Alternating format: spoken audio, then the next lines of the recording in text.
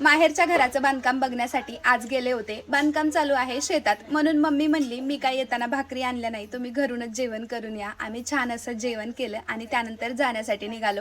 आता लक्षात आलं की ही एक नवीन चप्पल आहोंनी माझ्यासाठी घेतली आहे आणि फर्स्ट टाइम मी एवढी महागडी चप्पल घेतली आहे। त्यानंतर आम्ही त्रिमूर्ती निघालो होतो रानात जाण्यासाठी। आता ते म्हणतात ना, आयुष्याच्या पाऊल वाटा किती तुडवल्या, येता जाता परी जवळच्यांची आठवण येता मनी वादळे होती सुरू, असाच काहीसा हा रस्ता आहे। त्यानंतर आम्ही गेलो शेतात, घर बघितलं, त्यानंतर तिथं चहा घेतला।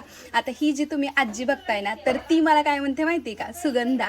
आता लहानपणीच्या या आठवणी असतात, तिकडच भरपूर सारे त्यांच्या दारामध्ये आंबे आहेत। तोपर्यंत इकडं मोठ्या चुलतीचा स्वयंपाक सुद्धा सुरू झाला होता। देवांशाला पळत पळत, कारण आम्हाला लवकर घरी निघायचं होतं। मम्मीच्या घराचं बांधकाम आता स्लॅब लेवलला आलंय, लवकरच स्लॅब सुद्धा पडेल।